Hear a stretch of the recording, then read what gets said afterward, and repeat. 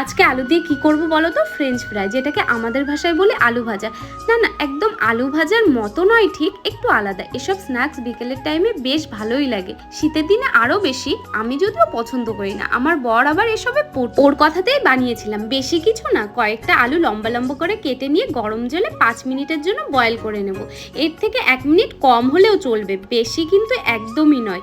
এরপর আলুগুলোকে একটা ছাঁকনির মাধ্যমে তুলে নিয়ে ড্রাই টিস্যু বা যে কোনো শুকনো কাপড়ের ওপর রেখে দিতে হবে, আলুতে থাকা এক্সট্রা জলগুলো অ্যাবজর্ব করার জন্য। আলুর গায়ে যাতে একটুও জল না থেকে যায় সেটাও খেয়াল রাখতে হবে। এবার আলুগুলোর মধ্যে 2 চামচ কর্নফ্লাওয়ার আর দেবো শুকনো লঙ্কার গুঁড়ো আর সামান্য ধনে গুঁড়ো দিয়ে ভালোভাবে মিশিয়ে নেব। এরপর তেলটা গরম হয়ে এলে গ্যাসের ফ্লেমটা মিডিয়ামে রেখে আলুগুলোকে ভেজে নিতে হবে।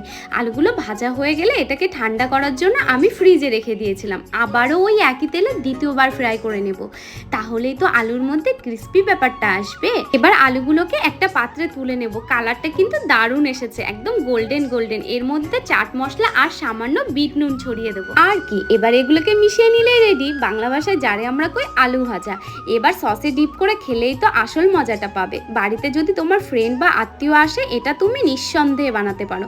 মায়েরও ভালো লেগেছে, তাই মা একটা বড় সড়ো আকারের থামস আপ দিয়েছে। তোমরাও বানিও, আশা করি তোমাদেরও অনেক ভালো লাগবে খেতে।